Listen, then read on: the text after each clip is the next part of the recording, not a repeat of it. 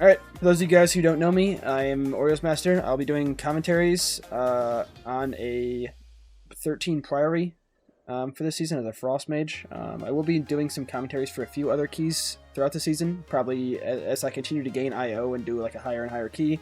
I'll make new commentaries for those ones. Obviously, I always have room to improve.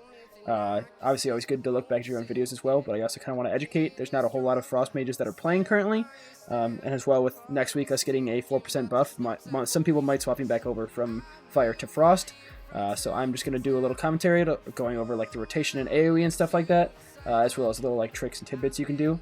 So just getting right into it for this 13 Priory. These are my talents that I was using.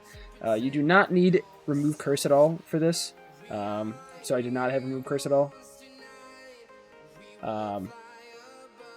And I did have a spell steal. There is a good spell steal for this one. Thank you, Mage. I will change that. Thank you for pointing that out. I would. Other than that, for the rest of this, it doesn't entirely matter. I typically like going in the double ice cold or the double cryo freeze. But there's a few talents you can really move around here. Nothing's entirely important. The only thing I would recommend, especially for Priory, is having spell steal, and then you really need Ice Nova, damage-wise at least. Ice Nova. This talent's entirely personal choice. You can either Shimmer or Ice Flows, and then you can either use Supernova or DB. I've personally been aiming towards DB instead of Supernova, just because the Frostfire tree gives you a cooldown reduction on fire spells, versus Supernova doesn't. You would not get that if you're talented into Supernova. So if I believe I'm correct, I believe a Blast Wave is a 20-second cooldown instead of 30 seconds, and DB is a 32-second instead of a 45.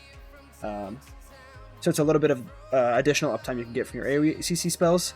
And then basically the area down here, you can change like this talent to here, but otherwise you basically always need time manipulation. You're almost always taking Ice Cold. There are some keys I kind of want to test out a little bit of running actual Ice Block instead of Ice Cold. But other than that, you basically need all of these talents. You just obviously need your capstones. And then for for hero talents, the Frostfire is just always these exact same talents. You're never changing anything else in here. And then other than that, for your spec talents, this is the preferred build for this is the Death Chill build that you're using for AoE and M+. There used to be a little bit of wiggle room last season, but now that your talents are pretty set in stone, you kind of really can't change anything. You always want 2 points in Wintertide just because the value of Glacial Spike and keys along as with your Icicles, and then you're almost always running 1 point in Splittering Cold. This point has a little bit of leeway, but not really. You lose quite a bit of single target dropping this just from the chance of the extra Icicles.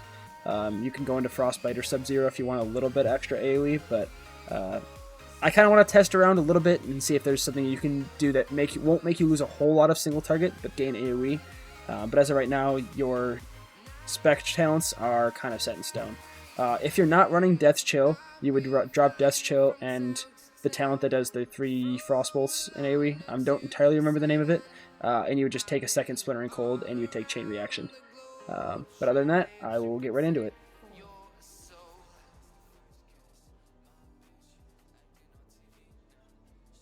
When it starts, which, yeah, I'm sure it'll start here soon. For this first pull, I don't really do anything until everything's all grouped up. It's just a lot better to wait. You don't really want to be slowing mobs with Blizzard or anything else, so I kind of just wait until everything's grouped up. Obviously a little bit of a DPS loss, but it is not ideal to be slowing mobs when you're trying to gather, so I would try not to. You can put it like a Blizzard in the spot where he's going to be sitting at, but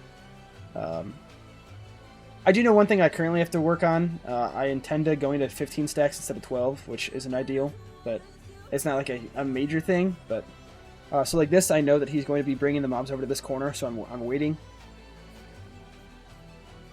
And now in AoE, exactly what I just did. I used 4 Frostfire bolts, which you can see in my spell queuing window down here. I should have precasted both a Blizzard and an Orb, but I did not. That's something you can gain a little bit out of, is precasting the Blizzard in your Orb, especially for big pulls like this. You'll probably get another Orb back by the time you get your 4 casts done. So try and precast those if you're able to. After this, I should go into my Orb, Comet Storm, Cone of Cold, Comet Storm, Orb combo. So this is, again, I said I did that incorrectly. Not only did I do the 5th one, I also did a 6th one, so already making some not great mistakes here. But then I should go into my, I'm going in my Cone of Cold window here. I did Orb. I did your Blizzard into Orb into Comet Storm into Cone of Cold into Comet Storm, and then I used my Trinket and then Orb again.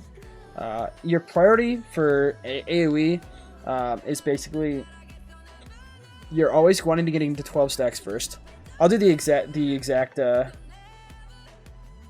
priority. So it should always be getting to 12 stacks of Winter's Chill. It's just you want to get 10 stacks as the minimum, but in AoE you'll most likely be getting to 12 just because it'll be 4 casts. And then Cone of Cold is your next highest prio if you already just casted Comet Storm. Then it's going to be freezing your Glacial Spike or your Comet Storm with either Freeze or Ice Nova. After that, Frozen Orb is the next highest prio. Then your next highest prio after that will be Ice Lance if there is 2 excess fire stacks and you have a Comet Storm ready. That's because if you use the Comet Storm and you already have 2 excess fire stacks, you are munching both an excess fire and excess frost, and then obviously you're going to be munching the flurries you get from the excess fire procs. So you want to make sure you're using the Ice Lances if you have 2 stacks of excess fire and a Comet Storm is ready. Then Blizzard. Then Comet Storm if Cone of Cold is ready, or if there's it won't be ready within 10 seconds. Then Glacial Spike, and Glacial Spike does not need to be shattered. You can shatter it. You should shatter it if you can, but it's still sent raw. So you want to be sending that regardless, just as soon as you get 5 Icicles, sending a Glacial Spike. Then it's going to be Flurry if both Excess Frost and Excess Fire are both active. And that's kind of to deal with the interaction between Excess Fire and Excess Frost and what happens when you're using the Flurries. Then Flurry if Winter's Chill is not active on the target, and this would just be a dry Flurry. After that is Frostfire Bolt, if you have both the Empowered Frostfire as well as if Excess Fire is not active. And that's because you do not want to be overcapping on or proc munching on your Excess Fires. Then Shifting Power if your cooldowns are not ready. Then, so this is your Orb off cooldown, your Comet Storm off cooldown, and Icy Veins off cooldown. Then it's going to be Ice Lance if Winter's Chill is on the target or Fingers of Frost, and then last is Frostfire Bolt. So basically, in AoE, just make sure you're keeping your Cone of Cold, Orb, and Blizzard all off cooldown, using Icy Veins as much as possible, stacking it with Death's Chill to 12 stacks, or at anything above 10 stacks, using your Cone of Cold combo as much as possible, and then using Shifting Power to get your cooldowns back faster. And then the gameplay I kind of try to play around with. I definitely need a lot of improvement in the Excess Fire and Excess Frost categories, because I proc munch a lot of those. But you basically want to be sending Ice Lance with 2 Excess Fire stacks and Comet Storm is ready, and then you want to be sending Flurries if Excess Fire and Excess Frost are both active. Other than that, you don't really worry about those procs.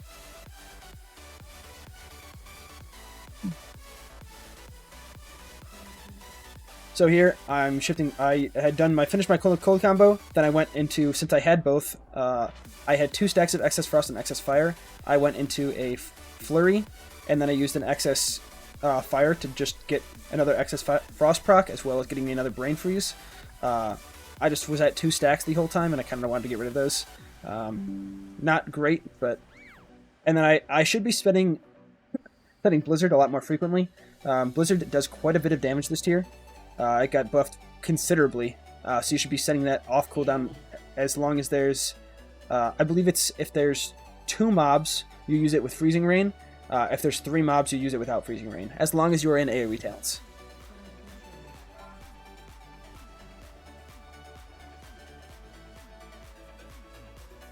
So like here, I just sent that Dry Flurry. I should have gone into a Glacial Spike. The only time you not want to be sending the Glacial Spike is if you have Orb, Blizzard, or Comet Storm available. It's the only thing that really takes priority over Glacial Spike.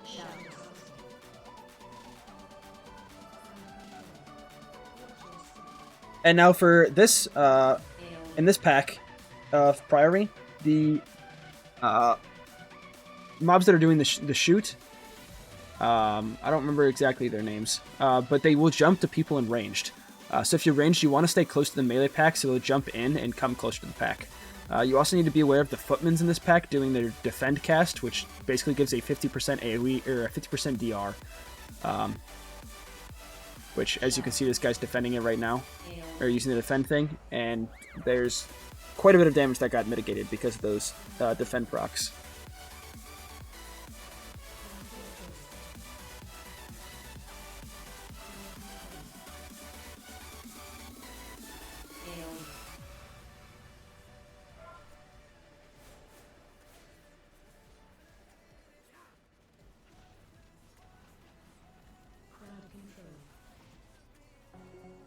So, like in this instance, I had an excess fire. In this case, since I did have, I technically I'm using my my excess fire with my fingers of frost there. You don't really play around the excess fire there. The only reason I sent that is because I had 2 of the excess fires.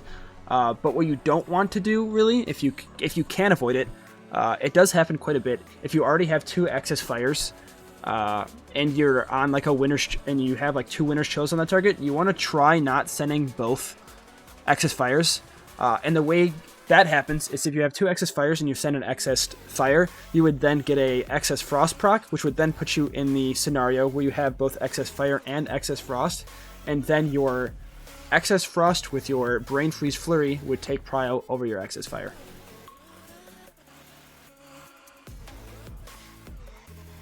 So like here, I should have been pre-casting a Blizzard beforehand. I'm losing quite a bit of damage by not doing that. And now I'm going into my Icy Veins.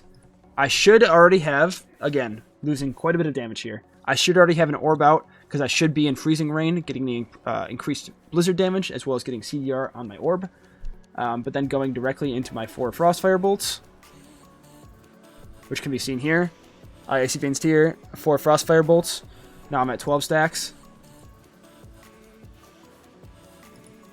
And then you go into my cold to cold combo. So I did my orb, and then I have Blizzard again, and I should Common Storm into Cone of Cold, into Common Storm, into Orb. So that's just the bread and butter Cone of Cold combo that you're going to be running all of the time. Now again, I'm not worrying about getting to 15 stacks, which is the correct play when you're running Death Chill. You should just want to be making sure you're above 10. 12 is the like ideal number in AoE, but.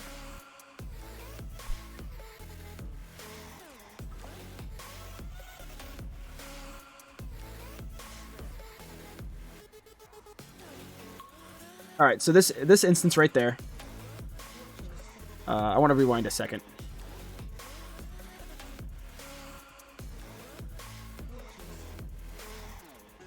Kind of go over the ideal situation for this. I'm going to do it after the Cone of Cold combo. All right, so this is after the Cone of Cold combo. I have Glacial Spikes up. I have 2 excess Frosts and excess Fires. In this instance, I'm going to be keeping my Blizzard off cooldown as much as possible. And then I should be going into a Glacial Spike into the Flurry, followed by one Ice Lance to use the excess fire and the Fingers of Frost, and then immediately going into a dry Flurry again because then I have both excess fire and excess frost. You can technically send.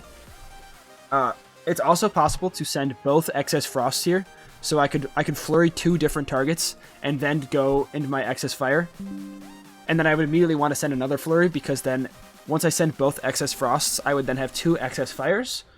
I could send an excess fire and have 1 and 1, which would then put me into the category again of the flurry takes prio over Ice Lance in that instance.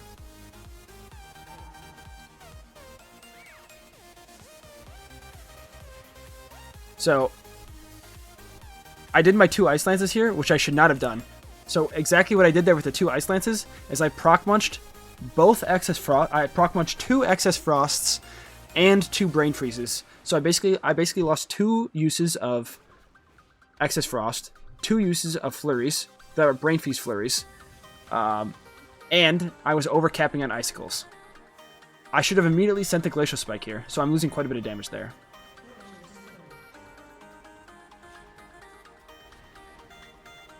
I kind of want to let a lot of the most of this play through. I'll kind of talk about like those kind of mistakes that I was doing, and like what I should do to correct them. But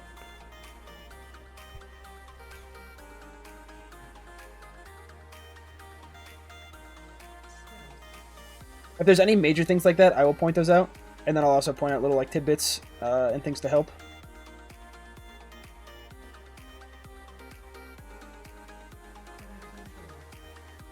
So here's an instance.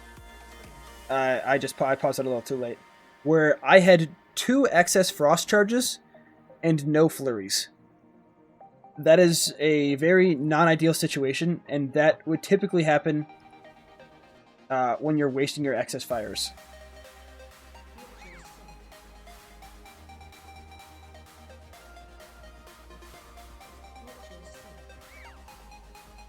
So again, here, I'm okay doing a shifting power.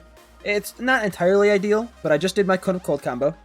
My bread and butter Cone of Cold combo. Again, I have 2 excess fires, excess frost, and glacial spike. The top priorities here, which I'm going to shifting power, which is fine. Shifting power can be used a little bit more liberally. You want to be using this as long as both Orb, Icy Veins, and Common Storm are all off cooldown. And you kind of want to use it as much as possible to get them back as frequent as you can. There are instances where, like, if you know you're not going to get another use of like Icy Veins or Orb or Common Storm, it doesn't have as much value. Like if you know you're not going to get another use of it, you could use like Glacial Spike and other things like that, and they have a little bit more priority. But other than that, other than the shifting power, obviously Blizzard uptime's important here. But now I should really be going into a Glacial Spike into a Flurry. Which it looks like I do. Yeah, Glacial Spike and a Flurry. Good.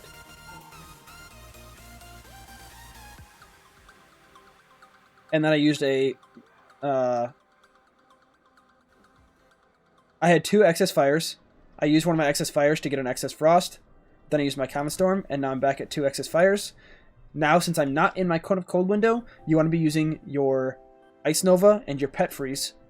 So if you will have Pet Freeze if you have Icy Veins active, or you got a proc of the Time Anomaly. It's not something really I entirely track. Most of the time you'll have Ice Nova if you want it. If you don't have it, you can use Frost Nova, but I would not really recommend Frost Nova. It's a very bad GCD.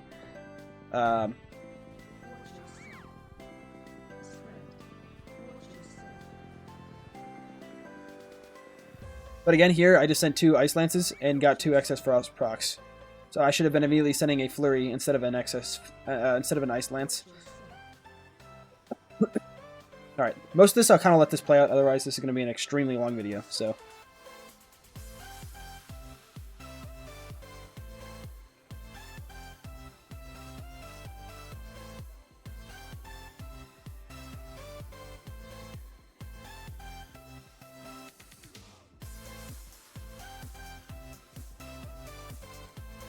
Now for this, I believe the center thing is Paladin, Priest, and some other things. I don't entirely remember. But that center thing you can get a little buff. It's this buff right here. I think it does like, out of your entire group, it does like 1% damage or something like that.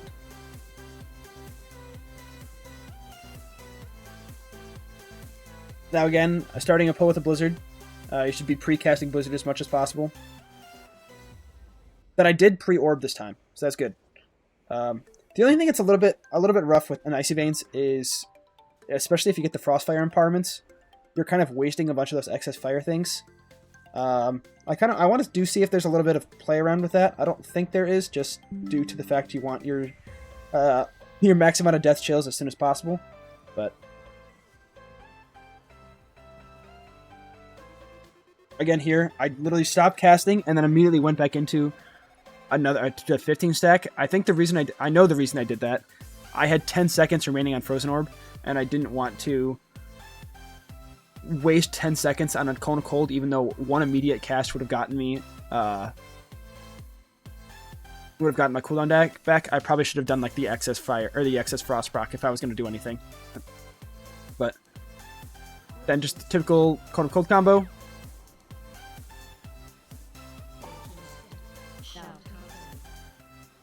Now I did just send a dry flurry, which is understandable, but then again I had 2 excess fire procs and I used both of them and I basically lose the brain freeze.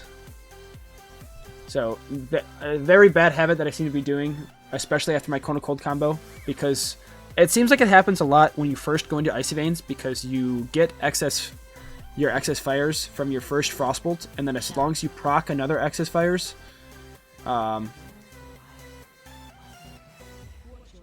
or a Frostfire Empowerment, you'll basically have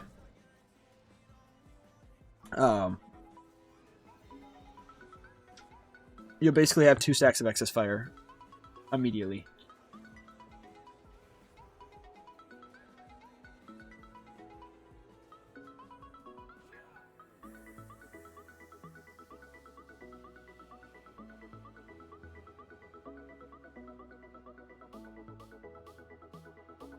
Using Death Chill in 10s, you can.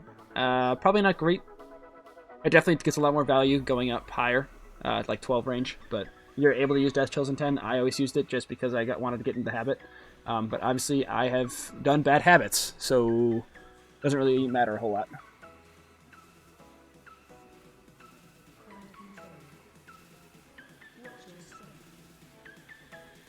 Again, if you can, try and interrupt these Footmans with DB and Blast Wave. Actually, Blast Wave does not work on the Footmans, if I remember correctly. But DB does. DB will interrupt their defend cast, but Blast Wave will not.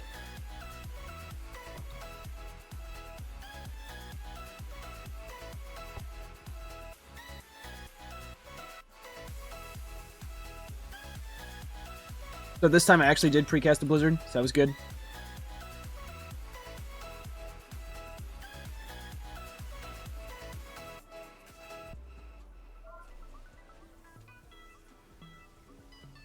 On this map, once they do the spell that reflects, be pretty careful of your health pool, especially if you send like a Glacial Spike that has a Flurry on the target, or a Winter's Chill on the target, because you will get chunked.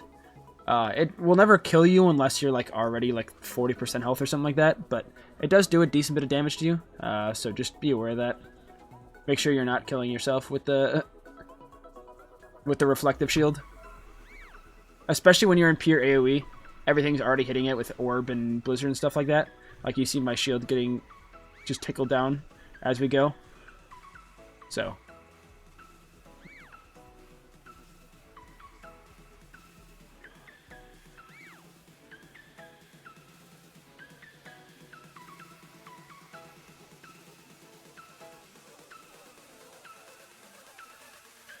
And now it's a little hard, especially in groups that have extreme AoE. Our AoE is not our best suit.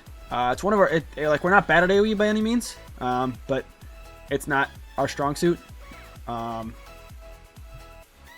I was looking there, I wanted to see if I did the most damage to the mini-boss. Our strong suit is prio damage. We basically do all of our AoE while also doing prio. One little thing here, I run Blink regardless. I always run Ice Flows. If you want to, you can step in those little traps. The initial application does a little bit of damage, but then the dot is what really hurts it. If there's a trap that's in a really bad spot, you can step into it, and then Blink actually frees you from the stun, or from the root. So.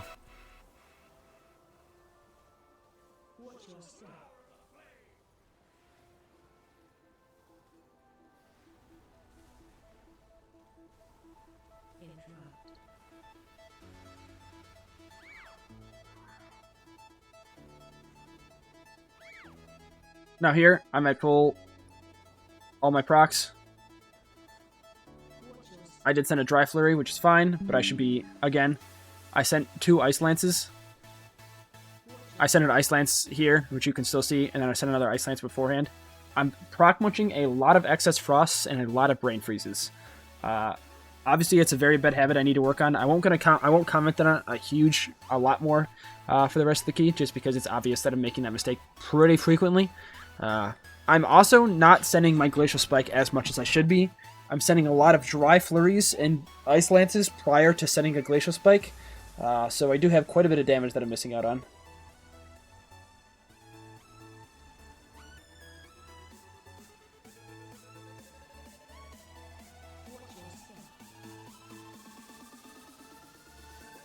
Alright, for this boss, It was a little bit of a hot topic, but this boss actually does share damage, at least to my knowledge. So if you should be trying to 2-target cleave, which is one of Frost's strong suits with splitting ice. So if you can, target swapping for your flurries, all your brain shells that you're going to be getting, everything like that, because they actually do share damage. This little buff that they have on him says that all the damage that this guy takes with 3 point, however, I think it's like 3.21 or 3.2 billion health or something, they share all their damage. So be using your 2-target cleave as much as possible. Now here on 2-target, I believe 2-target is the spot where you start sending Blizzard with Freezing Rain. It might be 3-target, I'm not positive, but...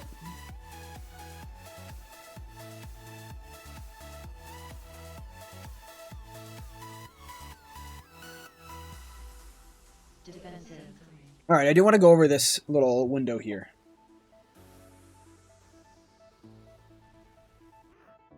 Alright, so I have... I just skipped forward a bunch. Oops.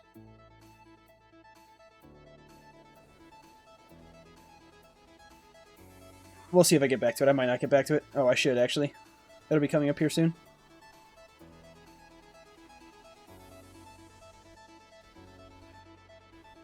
Alright. Well, it's whatever. I already used it. So at this point, I had 2 excess frost and 2 excess fires. You basically always want to be setting your excess frost first, just due to the fact that once you use an excess fire, you'll gain a stack of excess frost. I should have, if I did have it, I don't know if I had it or not, used a glacial spike into the flurry.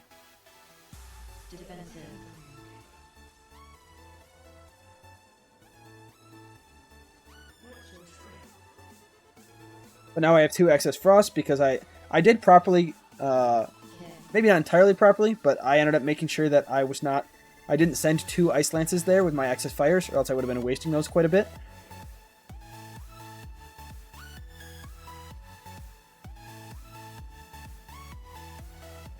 It isn't a damage thing, but it is a defensive thing, which is going to be pretty important once you get to higher keys. But make sure, if possible, that you use your barrier before you shifting power if it's off cooldown. If you need to, obviously. And then for Holy Radiance, as long as you're using shifting power, you have almost alter time for almost every single one. If you alter time, you'll have it for every single one that happens. I believe it's like a 30-second window or something like that between the casts. We'll find out here if I actually have it or not. I didn't shifting power between this one, so we'll find out. And then if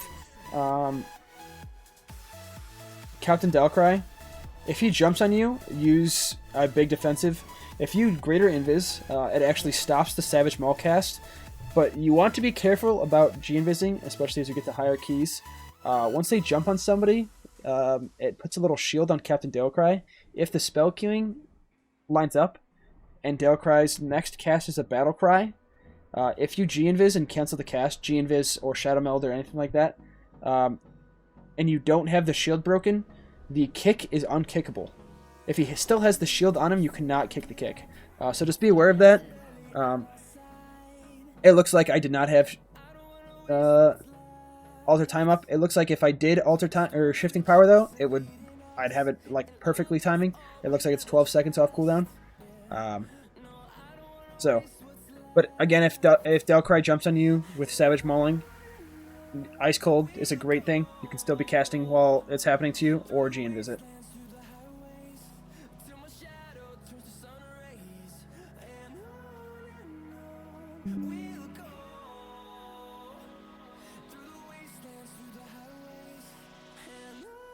Now I am tab targeting, as you saw there. I have Winter's Chill on both my targets. This is especially important if you're have your Orb or Blizzard and stuff like that out, or Comet Storms and stuff, because then both targets will actually get the benefit of Winter's Chill, of the increased shadow or critical strike chance. I have a bad habit of... there's quite a bit of AoE gain that I could be making from tab targeting with my flurries. I typically just worry about my prio target damage, just because that's our strength regardless, instead of focusing on spreading all my AoE damage. But tab targeting your flurry is a little bit of a DPS gain in AoE, just because it means multiple people will have Winter's Chill on them, which will give the critical strike chance. Now in these packs, there's only 2 casters, the priests and the mages. Other than that, the Templars, I think a little warning will pop up. There's Templar's Wrath. I have this popping up, I think it's on DBM. But Templar's Wrath is actually spell stealable. And I believe it's like a 20-ish second cooldown cast, 30-second cooldown cast on the Zealous Templars. And it is a 10-second cast that gives 30% damage. You will notice a sizable difference, especially in like if you're in, you know, your 12 stacks of Death Chill or you're in your Corner Cold window. It does make a pretty sizable difference.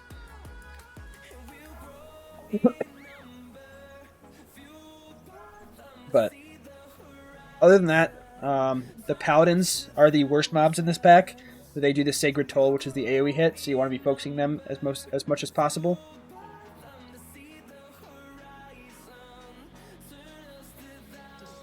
And then every single time, other than that, once you're using your Comet Storm, make sure you're using your Ice Nova or your Pet Freeze. I have a very bad habit. Well, not a bad habit. I'm lazy, and I don't play around my Pet Freeze. It would be a little bit of a DPS game for me to do so. I have my Pet Freeze just bound to my Blizzard, or like macro to my Blizzard, because your Pet Freeze is not on your GCD, it's on your pet's GCD. So if you want to min-max it, that's obviously the best option to min-max a little bit of damage, is using your Pet Freeze for things. I just have it on my Blizzard to make sure I use it as much as possible. So here's the Templar cast popping up. You'll see it coming here soon. You'll see the buff on him, the Templar. It's a 10-second, 30% damage amp.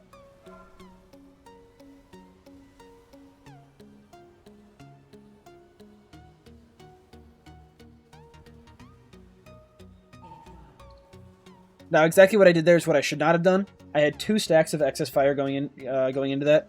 I used both on Ice Lance. I'm going to go back 10 seconds. So you see here, I have 2 stacks of excess fire. What I should do is I should send an excess fire, and then I have my flurry with my excess frost. I should send my excess frost now first, because this is the condition of having both excess fire and excess frost. You should send your flurry here first so that you don't overcap on the brain freeze, the proc that you got from excess fire, and you just don't overcap on flurries in general.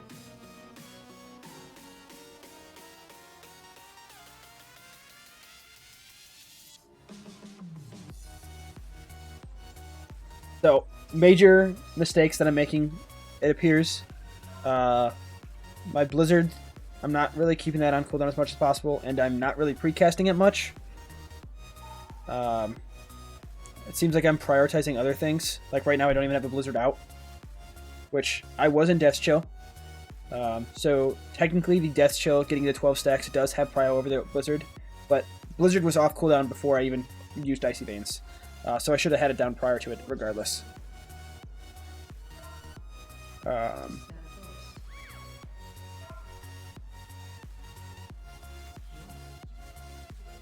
Just get fucking... Oh my god. Now this is one part that I really hate about this. I had a fireball on me, which you saw from the middle of my screen. If you have any AoE abilities down, your Blizzard or your Frozen Orbs, sometimes it can get bugged and you can still be stuck in combat. So I couldn't mount this entire way back, which was L. And of course I got a bad pat, so I had to wait. But I would recommend for the Paladins, for every single one of the Ardent Tolls, I think is what their AoE ability is called. Use your Alter Time, especially if you do not have a shield up. Most of the time, it shouldn't one-shot you. At least it's not in the level of keys that I'm doing yet. I might one-shot you on like a 15 once you get that high. But as of right now, for me on a 13s and 14s, it's not one-shotting.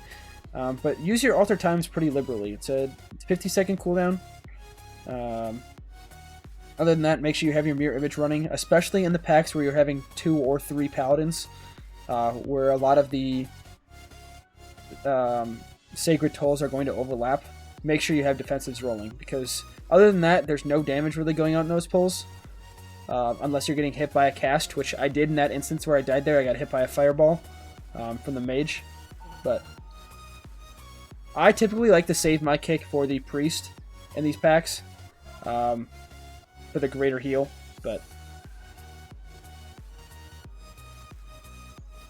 And I was saving my Icy Veins just because I know it's boss next. Probably not ideal. I have noticed that I save my cooldowns pretty frequently, and it does cause me to lose usages of my cooldown throughout keys. There's sometimes where it's it's sometimes the right move, where maybe you have a really important pack next. Like, I think in this case, I probably would have had like 10-ish seconds of Icy Veins left, which isn't terrible, but obviously not ideal to be wasting 10 seconds of Icy Veins. But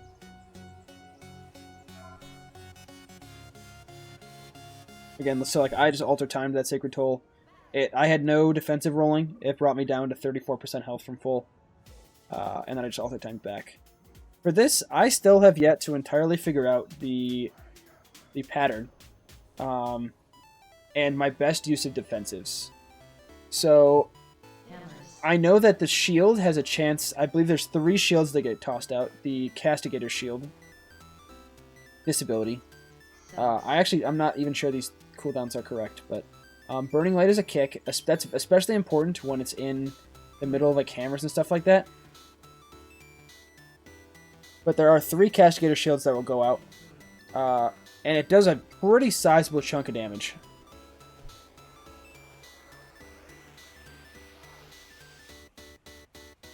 And then the Sacrificial Pyre is the thing that you need to soak. That was the little circle on the ground here. I will show that the next time. Other than that, you really want to be stacking for your hammers. The Hammer of Purity, I believe is what it's called on this boss. You want to stack in like melee and the tank will move it away. So here's the Sacrificial Pyre. And you want it, you have 30 seconds to soak it. Those are the shields that do a pretty decent chunk of damage off the rip.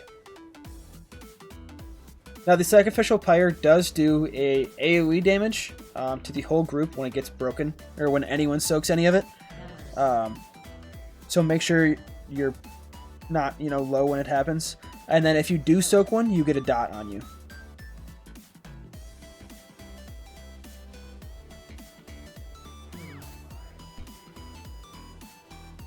It does put a slow on you as well, so you want to make sure, like for me, I was saving Blink. Just to make sure you get out of it. I think you can just walk out of it. I haven't really tested it and don't really want to test it, but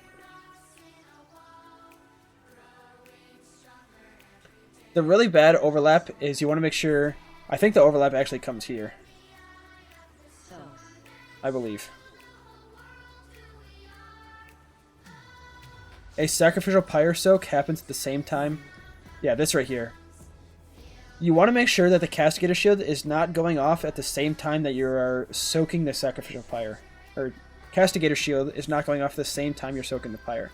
Because this does 3 shields that get tossed out. And if you already have a dot from the Pyre, like this Boomy had both a dot from the Pyre and the Castigator shield. The shield is a pretty hefty upfront hit, but there's no damage over time. And then the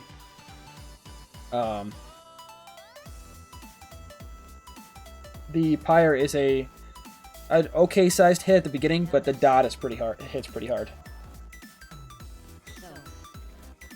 And again, I don't think I've actually gone over the single target, but single target is always, it's pretty similar to like raid single target. If you're familiar with the Frostfire raid single target, it's always still Glacial Spike on cooldown, shatter it if you can.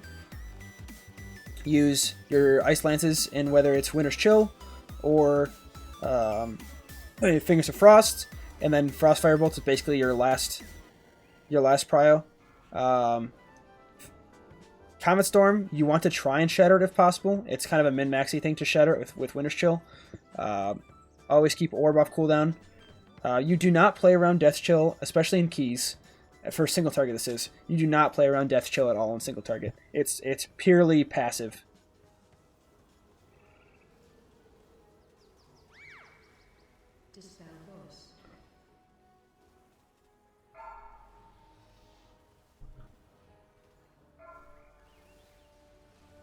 So especially on packs like this with 2 Paladins is when you want to be making sure you're having defensives rolling for every single time a toll is going off. Now, I did actually save my Icy Veins here. Probably not the greatest choice. But the packs in this area, coming up, or in the next area, are all pretty dangerous. I kind of have to know what my tank's route will be. Obviously in Pugs, it's a little hard to know exactly what your tank route will be. My Icy Vein usage in this key has not been ideal, because I probably sit on it for, I don't know, 40 seconds here. Yeah, I think it was just around 40 seconds. I think when the fight started there, it was like a... I think I had like 20 seconds left in my Icy Veins, so... And these packs, you want to be kicking, it's the Priest and the Mages. Personally, I target the Light Spawns. For the Light Spawn, you want to make sure, I'm not sure if it actually will recast, but they do the Purification cast. Purification cast can actually be same thing as the first boss, the Savage Mauling. The Purification cast can actually be G-Invised off. I do typically wait it's targeted on me first, and I don't before I G-Invis, just to make sure it doesn't retarget. But other than that, the only things you'll be taking damage from, or should be taking damage from in these pulls, are the Sacred Tolls from the Paladins, unless a kick goes off. But the Light Spawns do kind of like, they die at around like 10% or 15% or something like that. So not as important, but I think the Purification damage going off with a Sacred Toll is pretty dangerous. So that's just why I focus the Light Spawn first.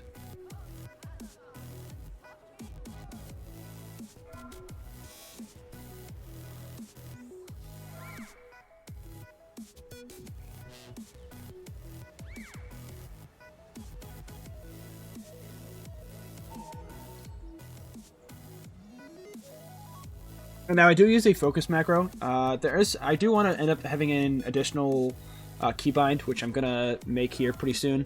I only have a focus kick macro keybind. I want to make an actual normal like targeting keybind. So like that was the dangerous part. If I go back, both a Sacred Toe just went off. Another one's happening. I have 20 seconds, so I have no G-Invis at this point.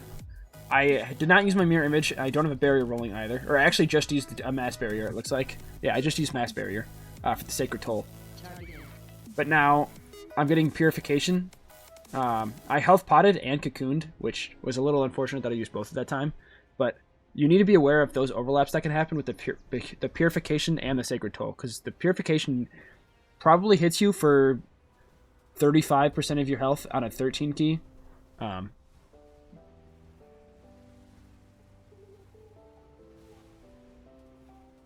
If I am remembering this correctly, this last area was also very, very scuffed for us.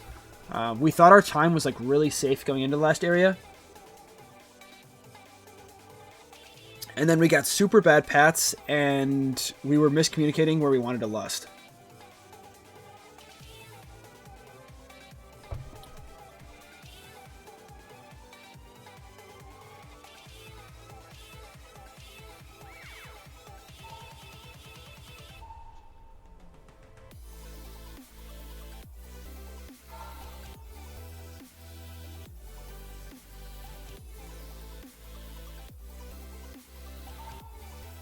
So now there, I actually wasted a Excess Frost. I had an Excess Fire. I had 2 Excess Fire casts and a Comet Storm. I should have just sent an Excess Fire to make sure I didn't overcap before I sent the Comet Storm. Otherwise, I just lost the use of the Excess Fire.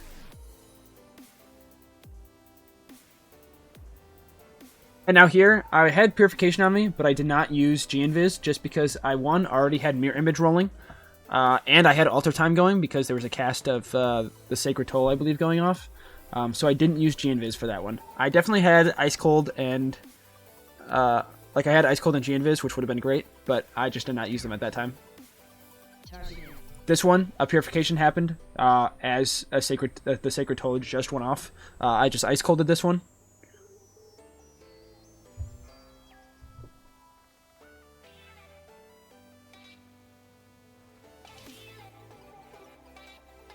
It does look like it's about 20% health for the light spawns. I'll figure it out in this next one, the exact percentage, but...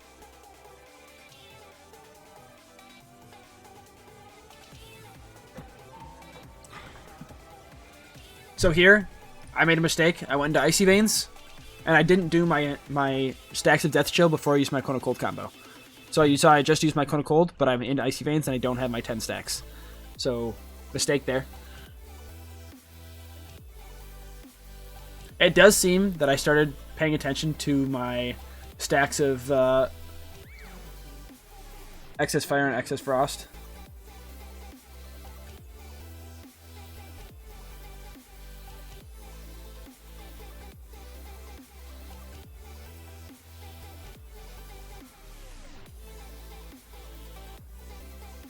Maybe it's 30%. I'm gonna go back and see. Looks like to be about 25% is when he goes into his Burst of Light. And he just dies when Burst of Light happens.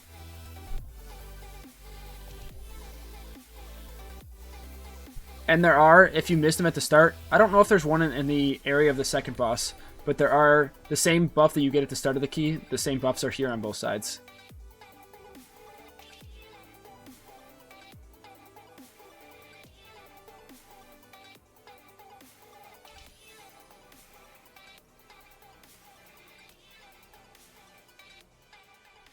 So at this point, we have 6.5 minutes left. We have a boss, and we basically have like 4 trash packs.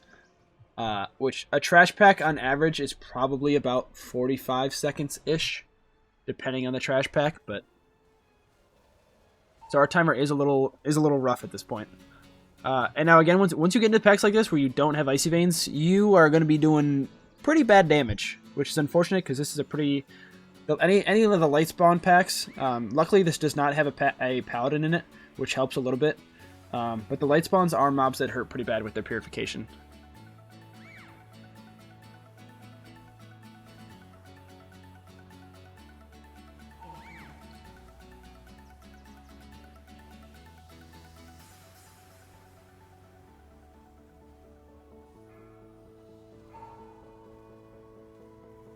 And now, personally, for these, it's probably not ideal. Sometimes I like to focus one of the mobs that are casting here, like one of the priests, so we only have to worry about one. Probably not ideal because they... the mini-boss is extremely dangerous in this pull. His taking damage is actually quite a lot.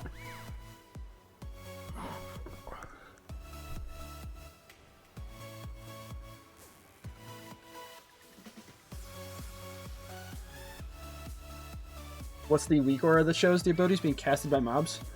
I can actually link the weak aura. I don't know the exact one that it's called, but I can put the weak aura in the... I'll put it in the YouTube video description. So I have a one that's important cast, and I have it as things that are being casted on you. I think one's by Terrathol, and I think the other is by... I want to say Twix.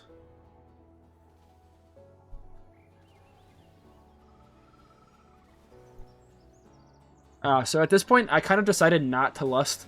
I think our plan for Lust was to go... Okay. So I kind of want to go into defensive use for Sir Brandpike. This kind of damage is kind of Frost Mages and Mage in general's like worst point of damage, is just continual taking damage. We're really good at mitigating big hits that are known of when they're coming. but we are extremely bad at any form of like dot damage.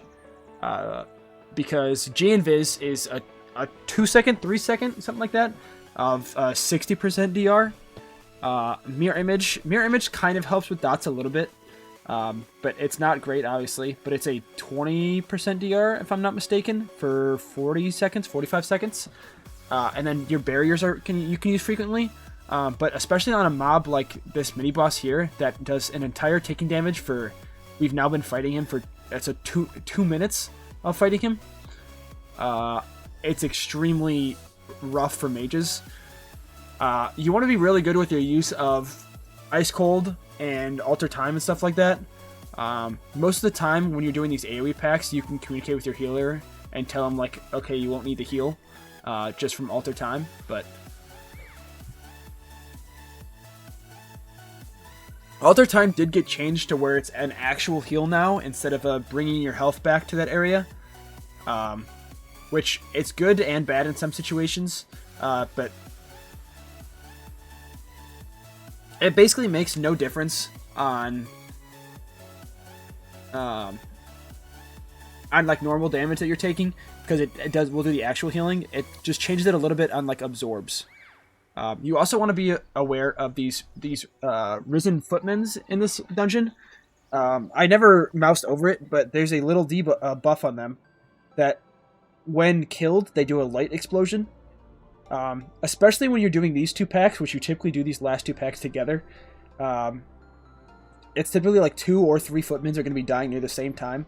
I used mirror images just to make sure that I'm taking a little bit less damage from the explosions. It'd be a very good time to use Alter Time. You can take one. I think you should be able to take at least 2 and not have it kill you, but you also want to be pretty careful. So.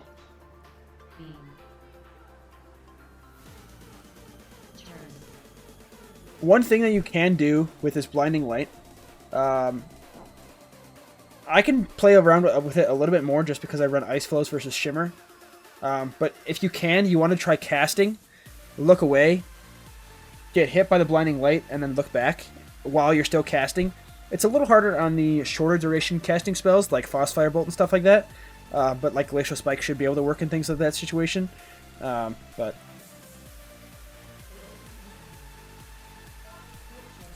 and I should be using Ice Flows to dodge. Again, this is another extremely... This boss doesn't actually hit that hard, his dot here. It's not an easy dot by any means, but it's another dot. Like, I think it's 15 seconds or 10 seconds of him doing continuous like dot damage to the group. Use your defensives pretty liberally here. The only time you really need defensives is upstairs when he does his pulsing damage. Which he does the pulsing damage throughout the entire fight. And then you need to make sure you're topped up for the blinding light, because even if you're not hit by the blinding light, at least like actually blinded by it, it will do a pretty good amount of damage to you. So if you saw here, the way I use my defensive for this is I alter timed before or in the middle of his cast. I'll kind of go over my defensive usage for this a little bit. He started his, I think it's called Inner Fire. I'm at 100% health and I use my Alter Time, right? It looks like each tick is taking me about like 25%, 30% of my health. I wait for another tick. It looks like it's doing, 24%. So you technically can take 4 hits of that dot of the ticking damage from this without dying. But I would not recommend min-maxing that much.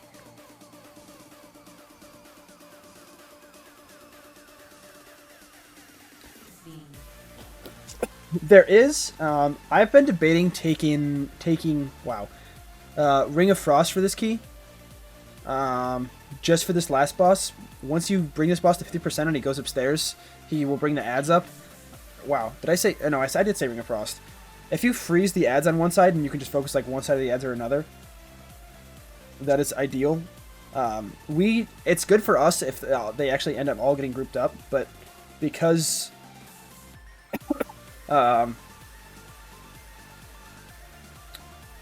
they actually hit extremely hard on like the melees hit extremely hard. They're basically like 1 or 2 shot. They probably 2 shot you. But you need to be really aware of the mobs.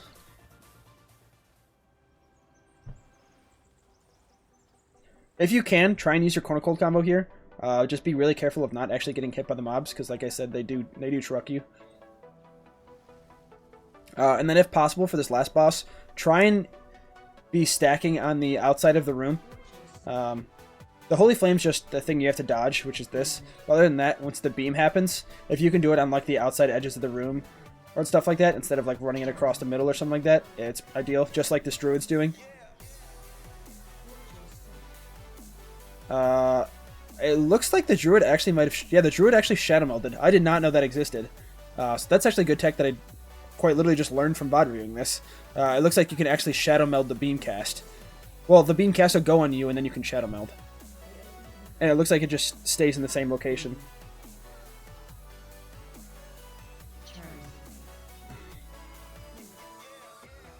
But I did use G-Invis here, just... didn't have Ice Cold, and I didn't have Mirror Image or anything else. I used G-Invis here just because the Blinding Light, which will do a good bit of damage, it brought it to hit everyone for probably, it looks like, around like 60% of our health. Plus, he has his Inner Fire going on, so the dot damage. I just wanted to protect myself, and used G-Invis to make sure that I would survive that hit. I will go over... Actually, I kind of want to go over a little bit more single target focus here in this last part. I'll do a little bit more in depth, because I haven't gone over single target yet, other than very slightly on the second boss. Alright, so... Like I said, you don't play around Death's Chill at all. And you want to be making sure you're sending your Glacial Spike on cooldown. You do want to make sure you're not sending Glacial Spike into an Ice Lance. Ice Lance will actually reach the target first. Well, this is if you're trying to Glacial Spike a target with Winter's Chill on them. Make sure, like, if you're Glacial Spiking, you go into a Frostfire Bolt afterwards if there's only one Winter's Chill left, because the Ice Lance actually has a faster travel time than Glacial Spike. So now in this case, I have 5 Icicles. I should be going into... You don't really want... There's a little bit of min-maxing. I don't think it's really worth, in terms of the 2-second CDR you get from it now, or 3 seconds, whatever it is, from Excess Frost. But, like, I have Comet Storm off cooldown here, and I have an Excess Frost. Ideally, Comet Storm wouldn't be off cooldown whenever you're using an Excess Frost proc. Just, you know, the 2 or 3 seconds of CDR that you get, I believe it actually is 2, from Excess Frost is beneficial. But in this case, you should just Glacial Spike into a Flurry and not worry about the CDR they're going to be getting from it, which is what I did. You do need to be aware, I know I made this mistake earlier and I've brought it up a few times, of using 2 stacks of Excess Fryer with your Winter's Chill. So I know there'll be instances where you have 2 stacks, or like 1 stack of Excess Fire, but you have no Fingers of Frost. But then you'll have a Glacial Spike into, let's say Glacial Spike, and then you Comet Storm. So now you have, or Glacial Spike and a Flurry and Comet Storm. And now you have 2 Excess Fires. You don't want to be sending both Excess Fires. In that case, you would want to Excess Fire, or Ice Lance to use an Excess Fire into your Excess Frost Flurry, and back into an Ice Lance with your Excess Fire.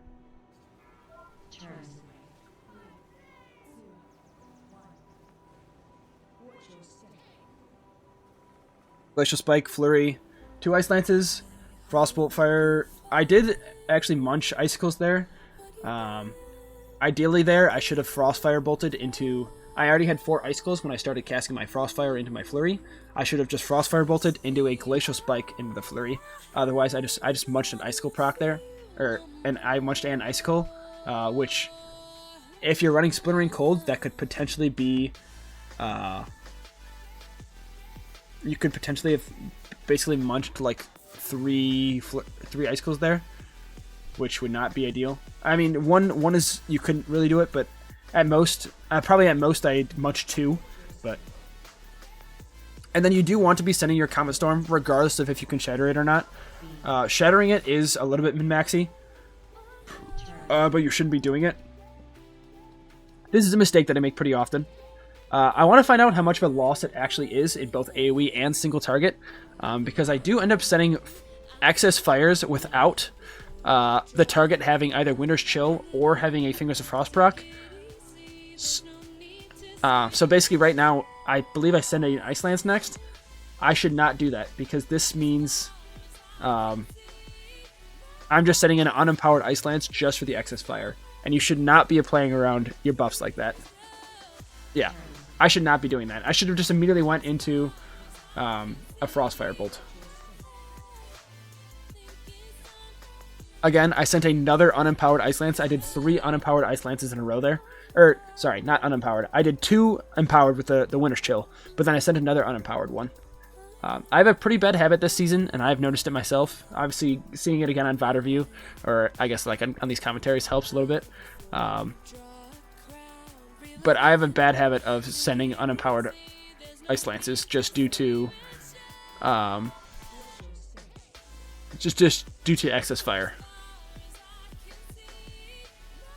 There is the change this season, if you were unaware, that Fingers of Frost Ice Lances no longer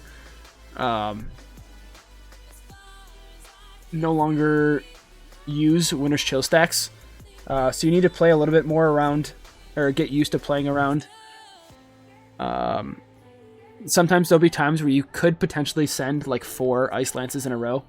Like if you have 2 Fingers of Frost procs, let's say you Glacial Spike into Flurry, and you have 2 Fingers of Frost procs, it could technically be the best case scenario to Glacial Spike, Flurry, Ice Lance, so that would be your 2 Fingers of Frost procs that you used into 2 additional Ice Lances, because then those would be unempowered Ice Lances, but they would be hitting Winter's Chill on the target because your Fingers of Frost didn't proc much those Winter's Chills. So that was a 13 Priory. I definitely rambled a lot. This was my first commentary I've done in a bit, so I definitely have a lot that I need to get back into for commentaries in terms of, efficient time use. But it was my first one for the season, so I kind of wanted to go a little bit more in depth for like the AoE rotation and things that I should be doing. I do want to try and give a little bit more tips for like each individual dungeon, just because as a mage we have quite a bit of utility in our tool belt with any of our defensives or G-Invis canceling casts or freezing. I know that I do a little bit of tech in Darkblade Cleft. In terms of freezing mobs. I don't know if you're familiar with the first mobs, but I won't worry about that now. This is a Priory video. But I will be doing more commentaries for other dungeons in the meantime, but for this Priory, looks like I did 3 mil overall, compared to the Ret and the Boomy. Like I said earlier, Frost Mage's AoE isn't great. It's not bad by any means, but against other classes like Ret or Boomy and Unholy DK and things like that, we are going to get beat out in AoE, especially mass AoE pulls. But our main priority as a Frost Mage is our Priodam. Our Priodam is very strong, and that's what we will be getting to brought into keys for. But yeah, I know I definitely rambled about AoE stuff and proc munching a lot, but I have a lot of DPS obviously to gain from not proc munching. Excess fires, my excess fires with Comet Storms, not using 2 Ice Lances when I have 2 excess fires. I'm holding on to Icy Veins quite a bit, and I'm not using Blizzard as much as I should be. Blizzard does a lot of damage. I do think I also have this uploaded as a log. I can put the log, I think, actually I'll put it in the YouTube description, if you guys wanted to look at it to see my damage breakdown. I'll try to make a habit in the future of looking at my damage breakdown after keys. But other than that, that'll be it for the commentary for this 13 Priory. Thank you all for tuning in, and I will be doing more commentaries for other keys this season.